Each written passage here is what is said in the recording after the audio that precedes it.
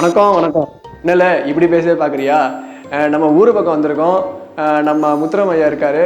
அவர்கிட்ட இந்த ஆடு மாடு இதெல்லாம் எப்படி வளர்க்குறாங்க, அதோட கஷ்டம் என்னன்னு பற்றி பேச போகிறோம். ஐயா வணக்கங்க ஐயா.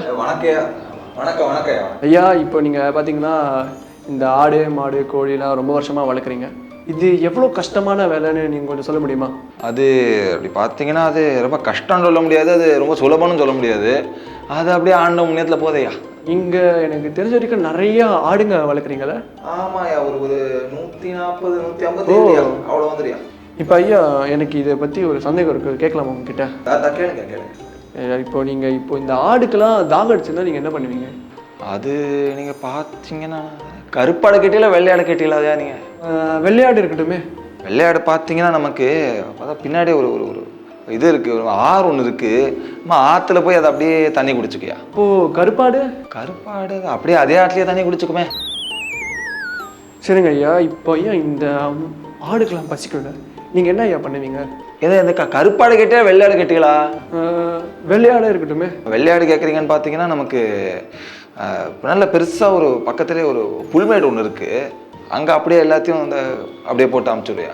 அப்போது கருப்பாடு அதே புல்மேட்டில் போட்டுரும், அது எல்லாம் ஒரே தீனி தின்னுக்கும்.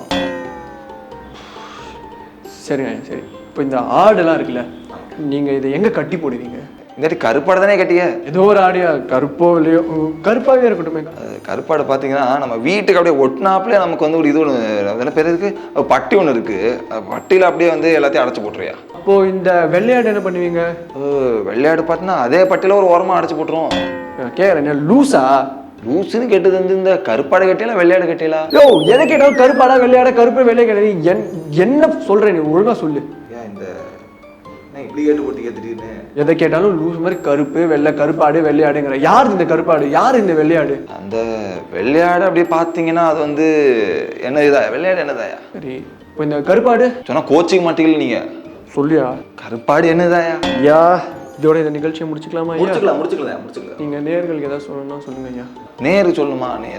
நேருக்கு வெள்ளையாடை பற்றி சொல்லுமா கருப்பாடை பற்றி சொல்லுமா? யோ தயவு செஞ்சு போயா, கடுப்பு கலப்பாத, கிளம்பு. சரி போயிட்டு வர. வணக்கம் ஐயா. இதோட இந்த ஷோ நான் முடிச்சுக்கிறேன் ஐயா. நன்றி வணக்கம்.